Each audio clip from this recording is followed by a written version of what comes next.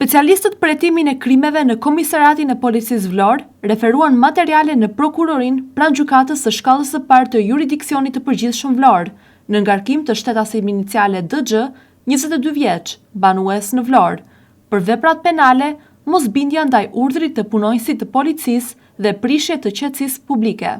Nga veprimet hetimore rezultoi se ky shtetas, në vendin e quajtur Kapelia, ka xhiruar gomat e automjetit tip BME në mënyrë të përsëritur, duke u shndërruar në një rrezik për qytetarët dhe automjetet e tjera që qarkullonin në atë zonë, si dhe nuk ish bindur urdhrit të patrullës së përgjithshme për të ndaluar.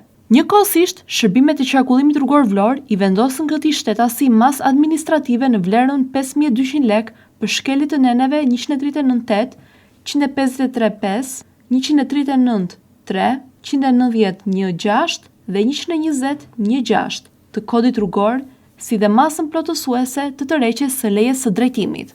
Në përfundim të gjitha veprimeve procedurale dhe administrative, u bë edhe sekuestrimi i automjetit.